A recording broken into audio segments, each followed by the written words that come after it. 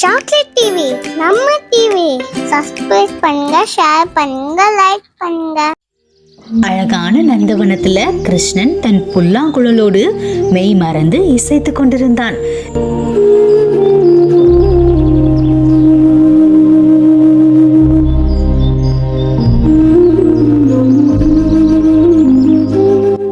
கிருஷ்ணனின் அம்மா தனது குழந்தையான கிருஷ்ணாவுக்கு சாப்பாடு ஊட்டி கொண்டிருந்தாள்.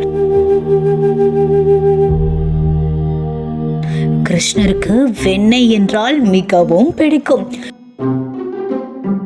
ஒரு நாள் தன் தாய்க்கு தெரியாமல் வெண்ணெயை திருடி 2 கைகளாலும் சாப்பிட்டு கொண்டிருந்தான். அது மட்டுமன்றி தன் நண்பர்களுக்கும் வெண்ணெய் எடுத்துக்கொண்டு போய் சாப்பிட கொடுத்தான். ஒரு நாள் கிருஷ்ணனின் அம்மாவிற்கு இந்த விஷயம் தெரிந்து அவன் காதை திருகி இதெல்லாம் தவறு என்று கூறினார்.